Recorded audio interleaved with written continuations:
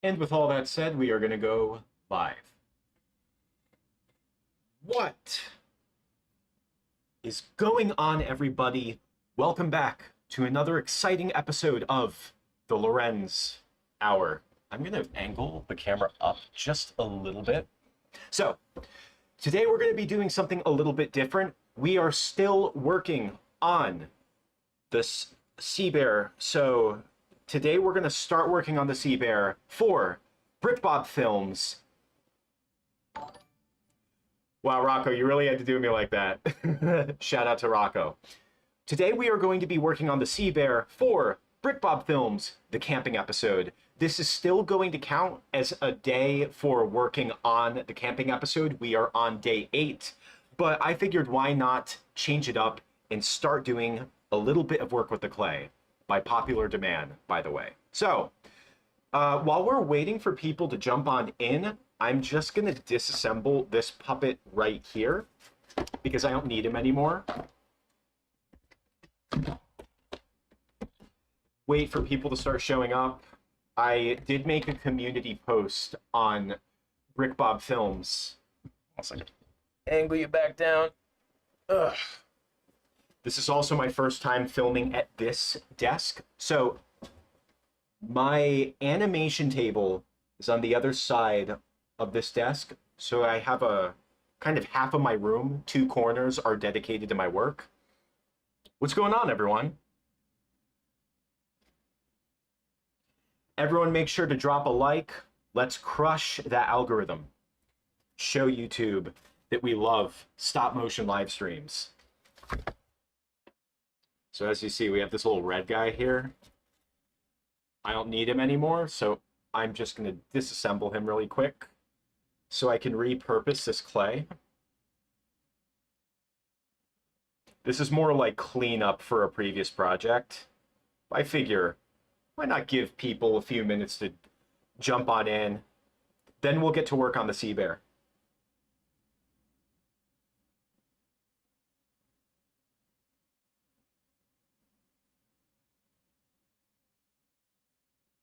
Yeah, we got people pulling up. Oh, so I'm sure you guys are all aware. So in our previous stream, we talked about the rumored Lego SpongeBob 2026 set leak. You guys will recall that I was pretty skeptical. I was a skeptic. The heck is that? A finger heart? I thought it was a 3D hand failing to do the thumb trick. Shout out to Rocco. Thank you for the jewels. I feel so old. I still don't know what those do exactly. I need to make unique animations for like the gifts or something. Have like a clay animation of like all the little gifts that I can receive.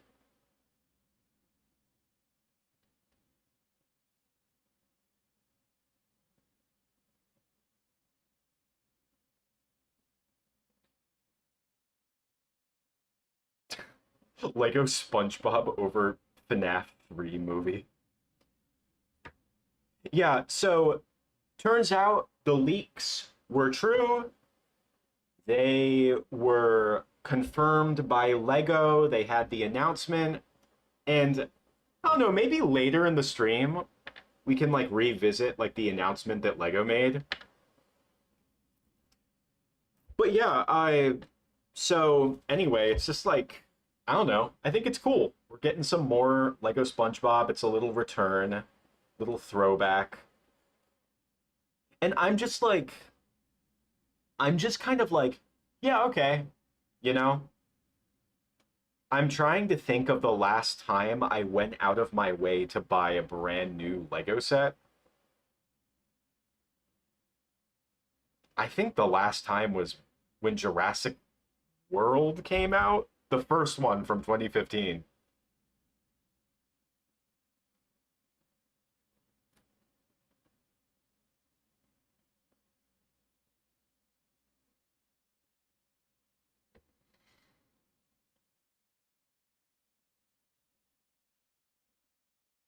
Oh wait, yeah. So one of the things that I really wasn't buying, like I wasn't convinced about, like I was really skeptical about it, was the new Lego SpongeBob minifigure design.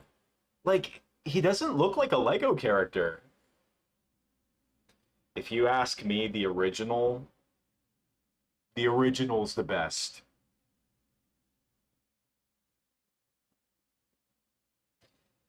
As for if I'm going to get it, like if I'm going to go out of my way to buy the new Lego SpongeBob set, I honestly don't really know. Probably not. Like I wouldn't mind having it. I think the best part about it are like the props, the furniture pieces, and of course, visually, the houses for Con Street are a big improvement over the original, but I think a big thing for me, a big deciding factor is I'm curious what the dimensions of the new buildings are because I would like them to fit into the little Lego SpongeBob world that I had built for BrickBob Films.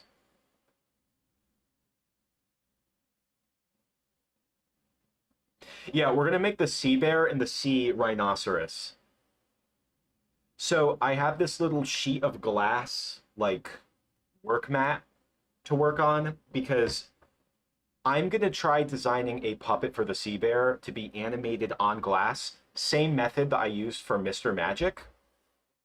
I'm just doing a little cleaning up before we begin. Yeah, this was a client project, and now I am done, and I'm repurposing the clay.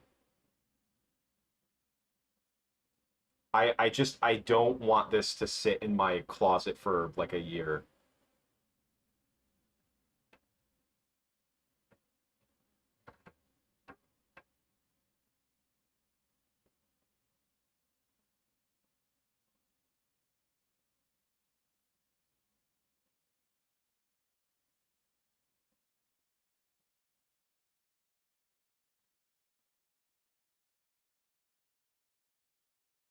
I as with a lot of modern Lego sets, the new Lego SpongeBob set that was just unveiled has unveiled to very mixed reactions.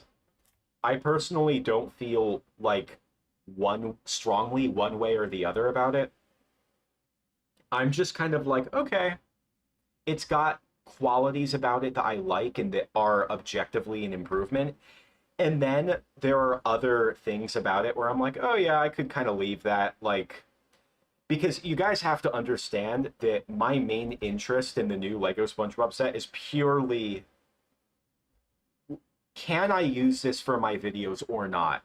Which is probably what you're all thinking. Can I use it or not? And there are definitely elements about it that I could use, but is it worth like spending $200+ on it? Like, I don't know. So we're just gonna wait and see.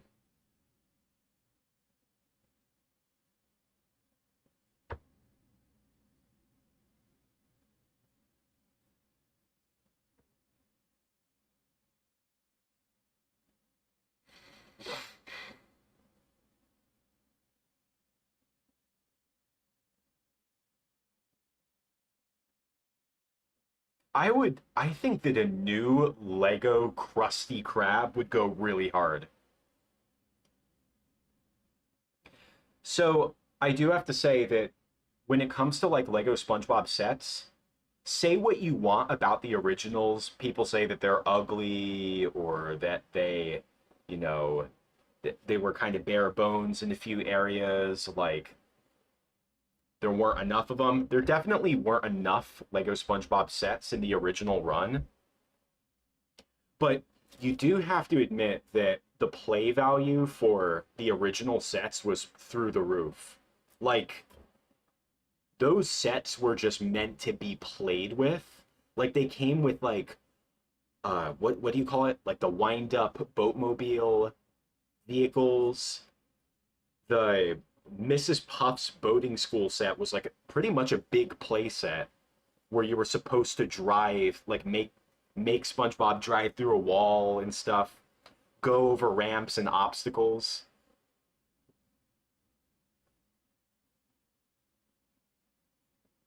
Yo, you guys are having a conversation in the chat. I like this. We have a lot of deep philosophical discussions about nerdom and nerd history in my chats. Just the way I like it.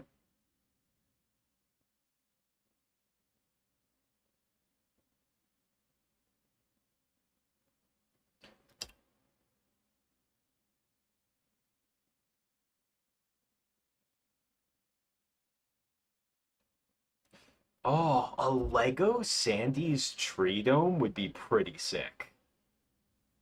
That was always like a landmark that I kind of struggled with when making BrickBob films videos, like ever since the beginning, because I had to like improvise and be like, okay, how can I represent Sandy's house? I had like a glass bowl from our kitchen, and I just had like a Lego tree. I don't even remember what set it was from.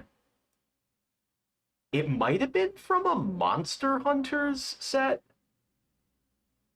just off the top of my head. I think I had like a Monster Hunter set where it was like there's the one that comes with the Gill Man who's in my videos for BrickBob Films.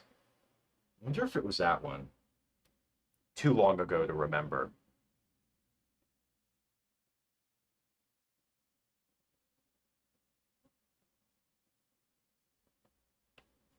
Lego responded to a person's comment on Instagram about Krusty Krab.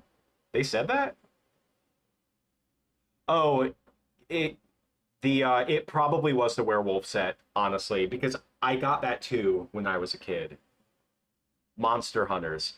Because I grew up with those like Universal monster flicks, the same ones that James Rolfe, Angry Video Game Nerd, talks about, Monster Madness. So I got those when I was a kid.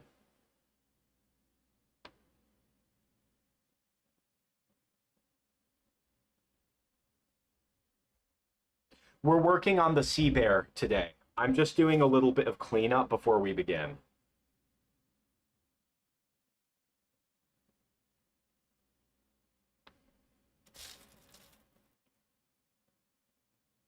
All right.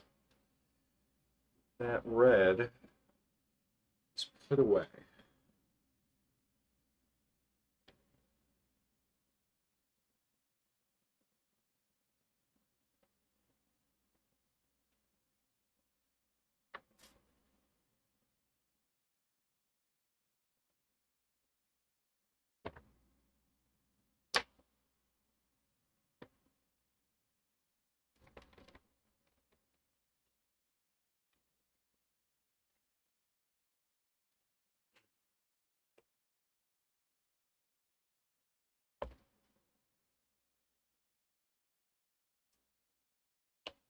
Maybe you'll need a bit of red for the mouth.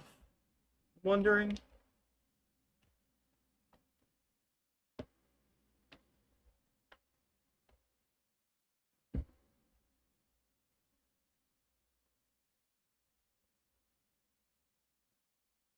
Abbott and Costello meet Frankenstein. I think I did see that one, but my favorite was Abbott and Costello meet the Invisible Man. That one, when there's the boxing match. Ah, I love that when I was a kid. That was so funny.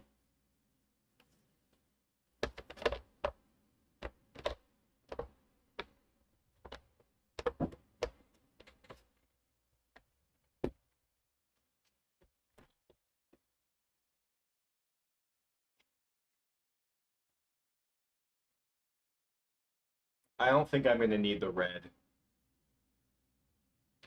I can put it over here. No harm in leaving it out. It's just when I'm making puppets with this clay, It gets pretty cluttered very quick because I'm pulling out all these different colors, and I have a lot of this clay, so every single color I'm using for the puppet, I have to bring out like I have to bring out all the brown, to bring out all this yellow, even though only yellow on him are his eyes.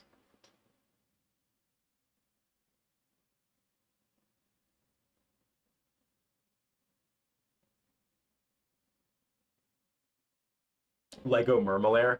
Dude, Lego just completely missed the opportunity to have a Lego Mermaid Man and Barnacle Boy for that set where I forgot even what the name of the set is. The one where you have SpongeBob and Patrick in their superhero outfits. Like they totally missed the opportunity. I remember when that set came out, I was like, why is there no like this is the ultimate like this is the perfect set to put Mermaid Man and Barnacle Boy in, and they just didn't. Okay. All right. I think we're good. I have all this red on my hands. You see that? Crazy.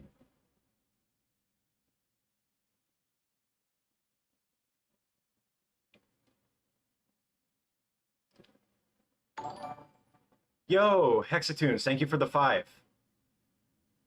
Shout out to Hexatoons for crushing our membership goal for the month. See that 4? That's Hexatoons.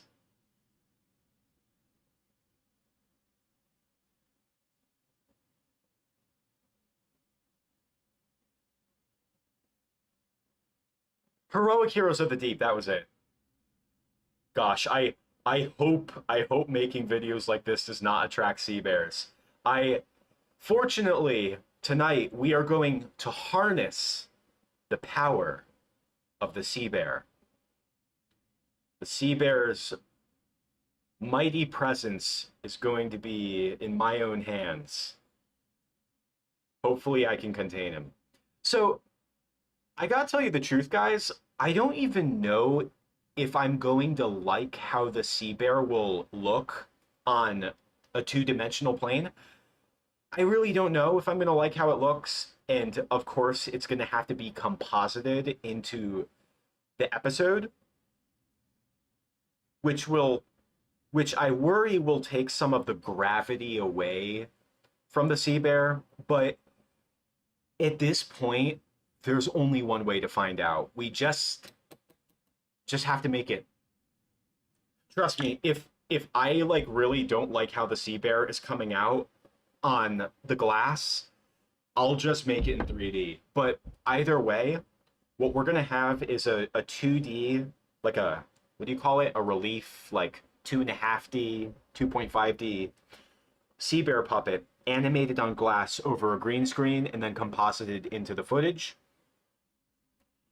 And after that, I also want to make a 3D sea bear to use for just a couple shots. I think like the opening shot where like the sea bear growls and when the sea bear comes back for Squidward, but then Squidward's in the circle. I think I might do that too.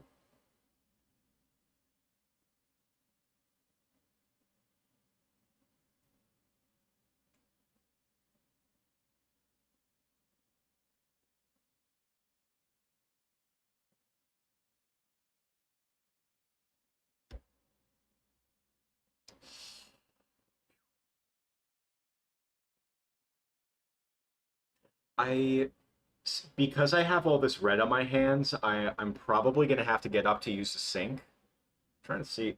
Sometimes if I have a really strong pigment on my hands, I'll take like a lighter pigment, some like dirty like filler clay. I'll just kind of rub it off.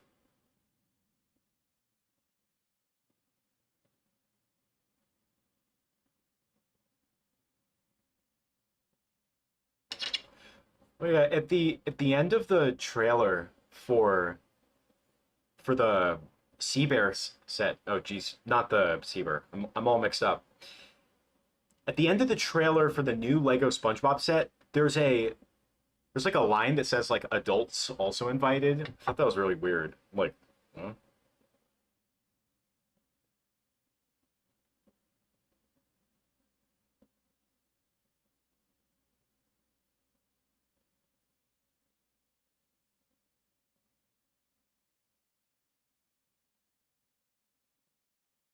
Yeah, like the the new the the new one, the new set definitely has that like, oh, this is a display piece kind of look to it, you know?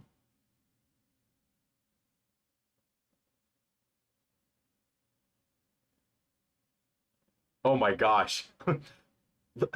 Lego reaches out to you out of nowhere and the opportunity to make your own Lego SpongeBob set, 4,000 piece limit. You overestimate my knowledge of modern Lego. I don't even know what you could do with 4,000 pieces. I'm trying to think. If they had to like remake a set, I think a new Krusty Krab would be awesome. Hey, you see that? The the red is kind of rubbed off a little bit. When you work with clay for over 10 years in animation, this clay specifically, you pick up a lot of tricks along the way. I'm trying to think what location I could do, like, I would request based on SpongeBob. Feel like may, like, like an episode specific set.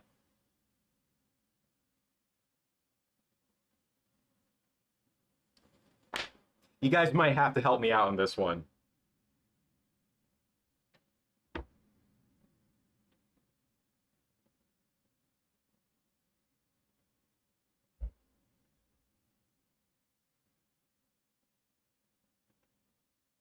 Put you here.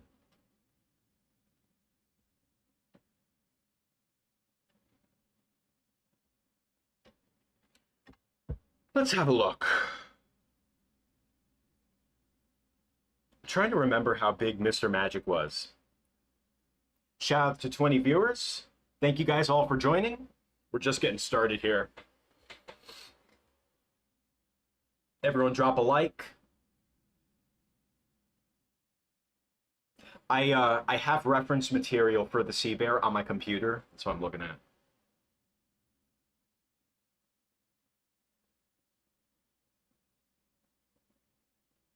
I think I think I'll have to make his body first.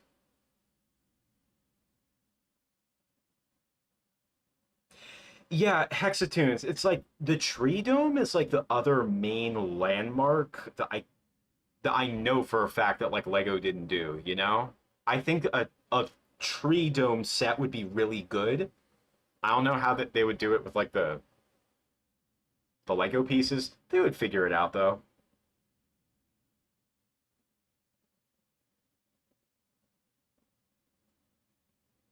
I think I have to make the body first, which means we're going to need the green clay. So I think I'm also going to need some cardboard. Where is... Oh. Oh, actually, I forgot. Hold on a second. I forgot to do the thing. I forgot to do our little ritual for working on an episode. First, I'm going to have to rummage through the closet. So I'm just going to wipe my hands off with this.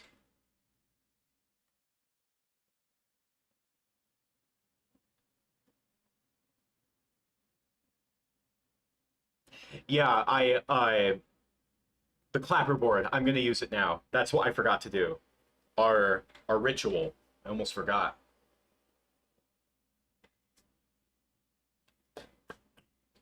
Okay. So, I made like a little rough sea bear head for the BrickBob Films post, but now we're going to get to work on the rest of it. So, without further ado, this is BrickBob Films, the camping episode, day 8.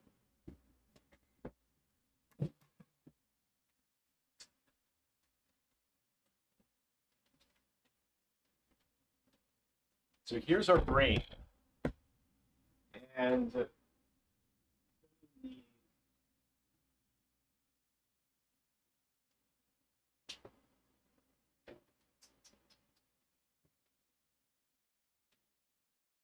think this might be enough cardboard.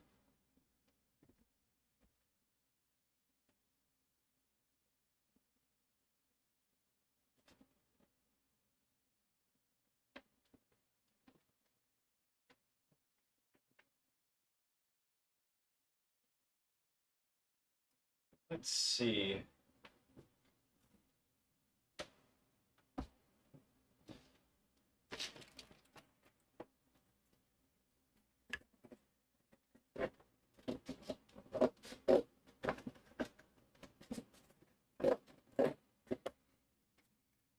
Also going to start the work clock.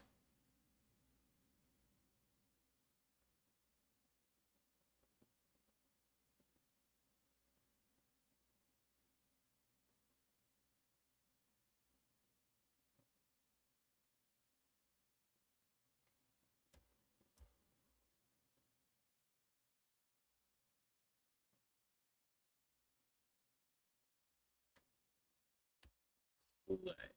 Just going to do clay production.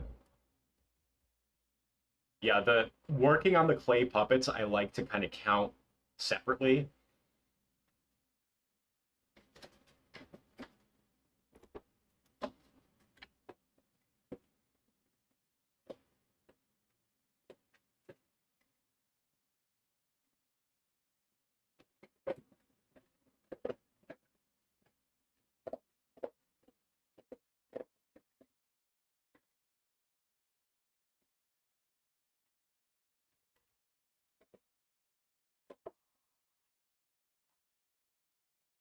So, if the sea bear is made from clay, why am I playing around with cardboard, you may ask? Well,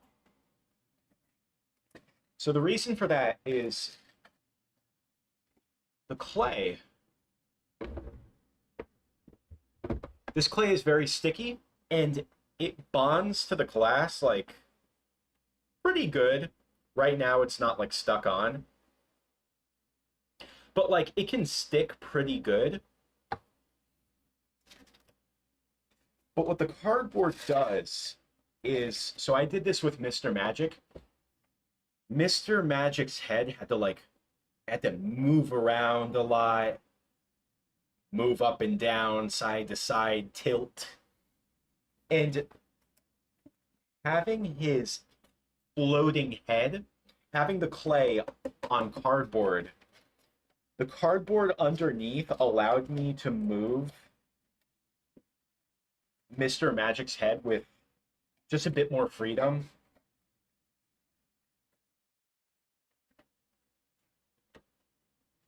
Doesn't have to be like the entire like dimensions of the sea bear's body. It just has to be enough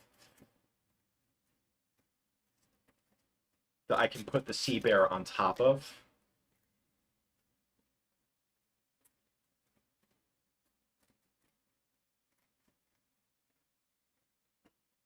Oops.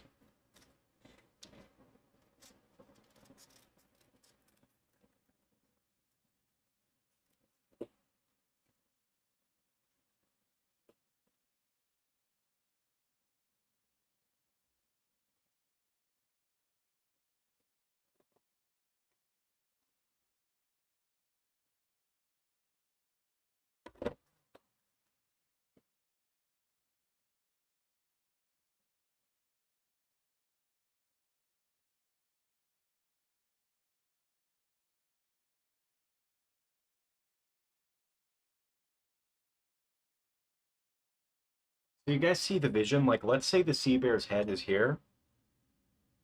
That's the body. So the body can move a bit more freely, just so it's not too stiff.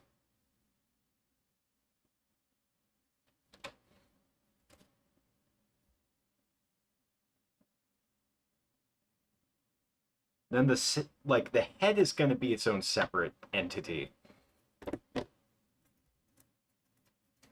Also going to make this bear body less round.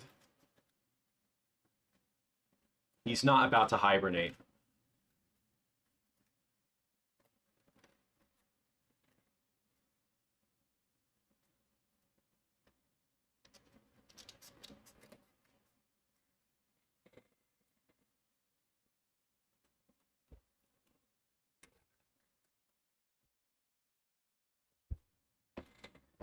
This stuff is heavy, dude.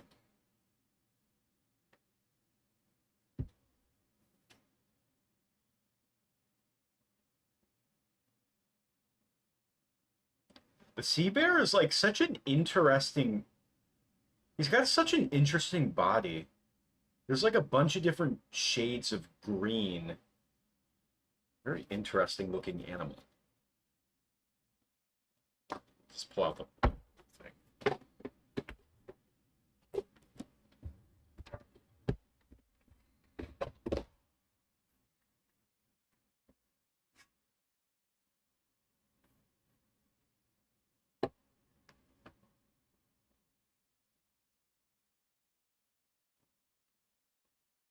You know what? Just so I can get a little bit more, like, of a pattern from the sea bear's body, I think I'm going to do this.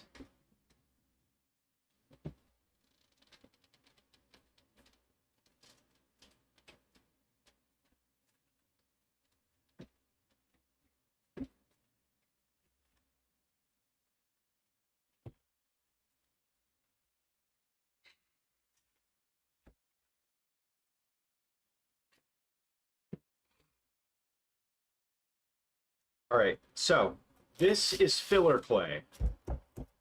It is an amalgam of clay that I have used for past projects that has been mixed together and is now continuing to be used as filler for whatever I need. So this is something that I do for most of my projects.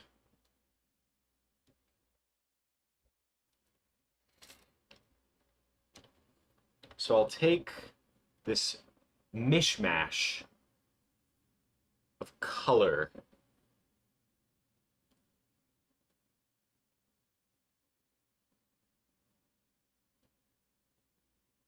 I'll just start putting it down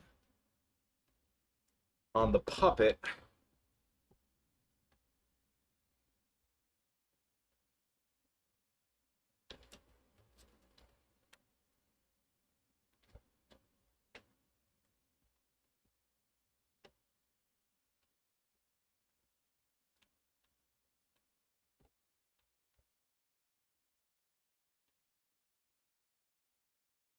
Why is there a Funko Pop of Squidward and the Sea Bear?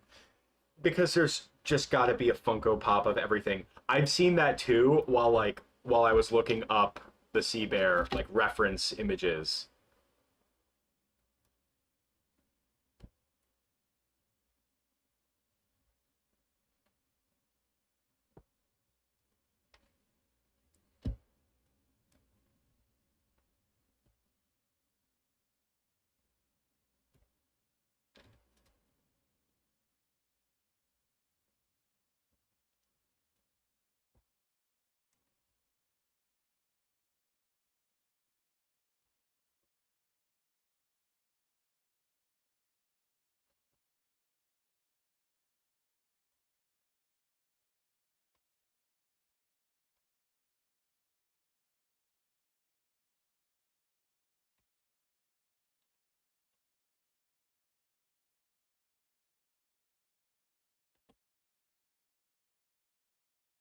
I didn't see what Squidward looked like for the Funko Pop, but I saw what the Sea Bear looked like.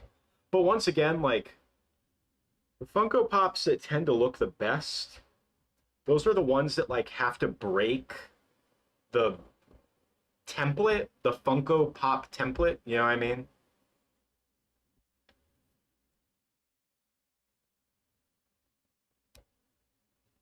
Like they gave the sea bear a mouth and eyebrows. Like that's already like going above and beyond what Funko Pops are typically allowed to have in their design. All right, so the sea bear has got. Just want to make sure I'm sizing him up right.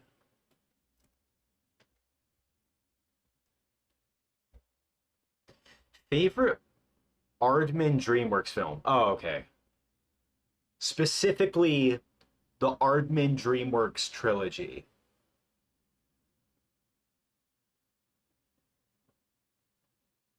I would say definitely Chicken Run. Chicken Run is just like such a genius movie. So, my thing with Chicken Run is I don't like that's like one of my favorite films ever.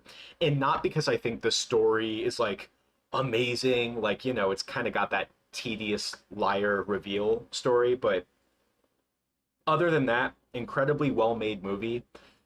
I love Chicken Run because it's got such a simple yet creatively and comedically rich premise. And just knowing that, like, excuse me, face allergies. Just knowing that it was the first feature film made by Aardman after years of refining their work, and knowing that, like, Peter Lord and Nick Park came to the United States to pitch it to Spielberg and Katzenberg. And not only that, I think it's really, really, really brilliant how the film takes place in pretty much one location, which in terms of like cost is like really, really good. I think that that movie is just a really good example of taking a simple premise and getting the absolute like most that you can out of it with budget constraints. With, constraints being where they are, but that's not to say you get off my hand. That's not to say that Chicken Run's like a cheap movie by any man. Like, oh my gosh, the animation's great. It hasn't aged a day. The action sequence at the end is great.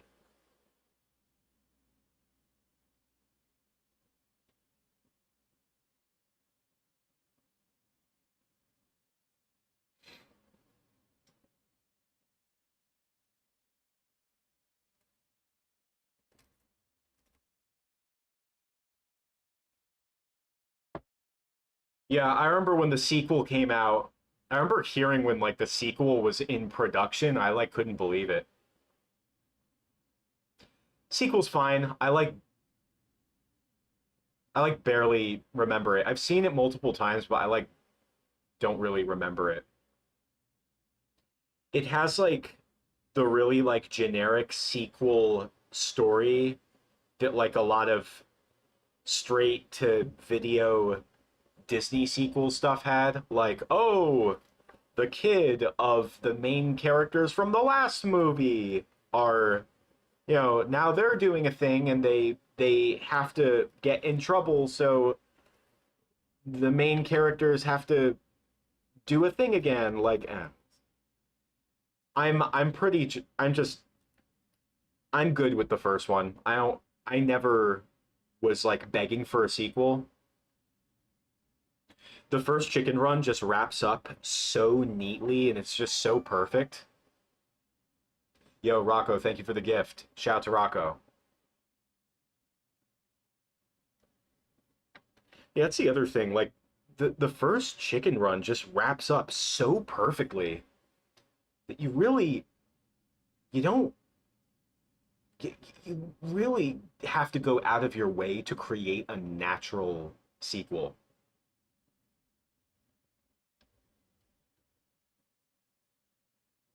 You know what I mean? All right.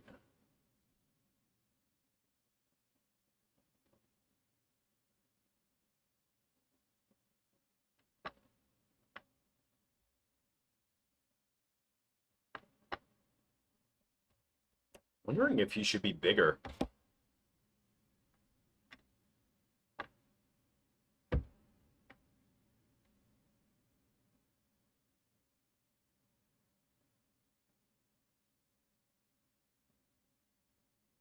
Maybe I'll make this body just slightly bigger. But I think we'll be other than that, I think we're gonna be good.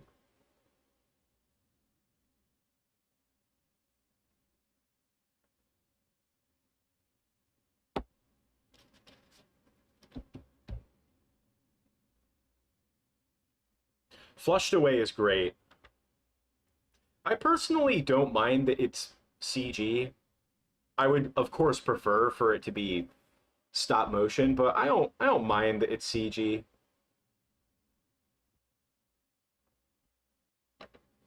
Flushed Away is great. I loved that when I was a kid. I remember watching the what was it? The the make your own snail on the DVD extras where they have the guy making the snail or not the snail, the slug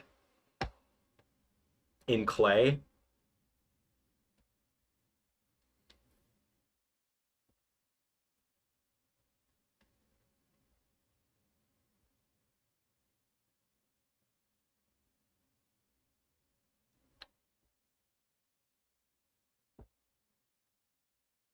What's kind of weird about Flushed Away though is I remember that do you guys remember when Shea Frillis was talking about Flushed Away in probably one of his probably his DreamWorks video, and he said that like when he watched Flushed Away as a kid, like even he felt like he was being pandered to by the slugs. When I was a kid watching Flushed Away, I definitely felt like, yeah, these why are they like pushing these slugs into every comedic moment? The slugs are basically like minions in that movie.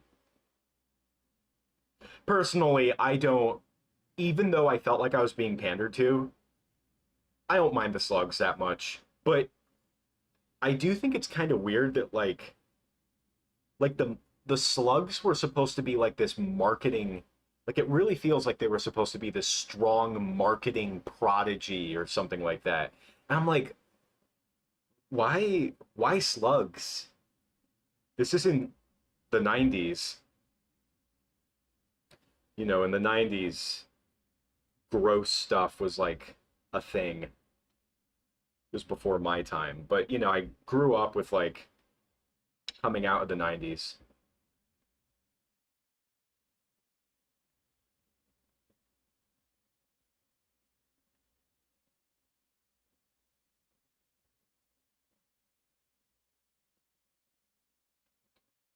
The new Wallace and Gromit film is just so amazing. That's a really, really, really good film. I was I mean, I had high expectations going into it, way higher than like Chicken Run 2, but even I was like impressed. Even my expectations were surpassed. All right, I'm going to do something a little dangerous. I'm going to take a few colors. I'm going to take some of this yellow, take some of this green, some of this darker green,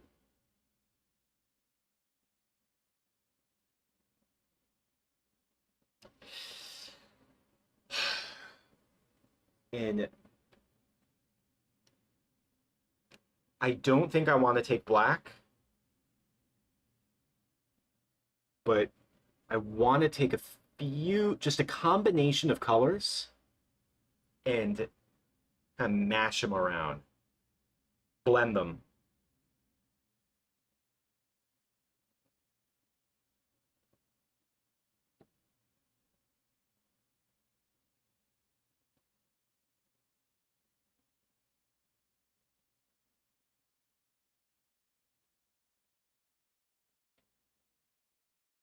I don't want them to like mix. I just want to blend them.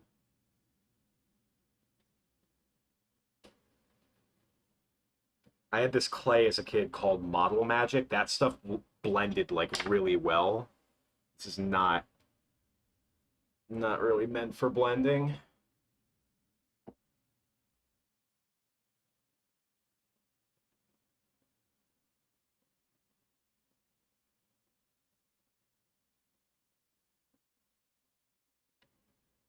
Let's see how this works.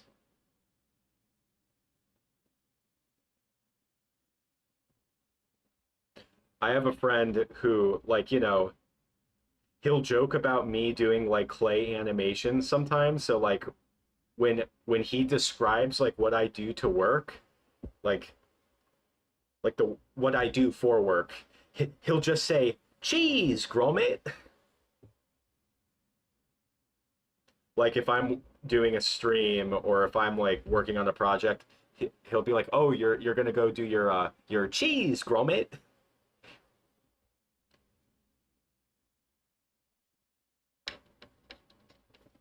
All right, this is a bit of a look.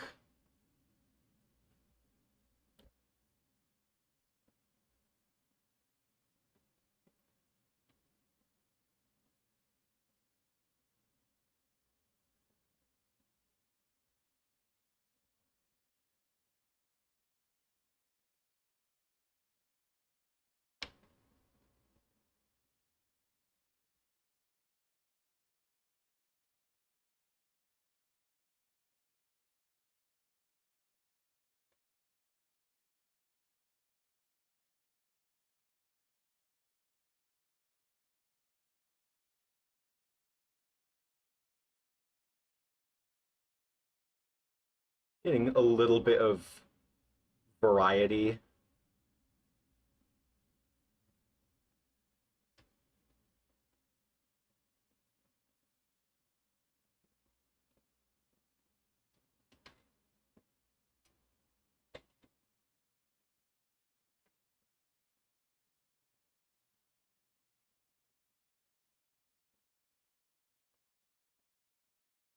Oh, I forgot about when I did the the Alaskan bullworm. I'm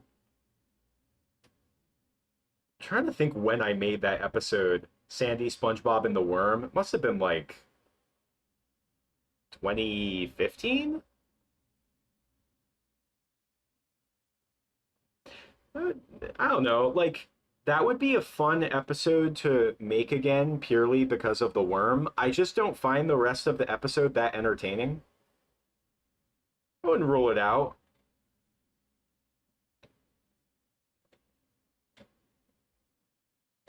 I think a crazy like a episode I could go absolutely nuts on for clay animation effects, like spend probably more than half the production on the episode on the effects alone would be Ghost Host.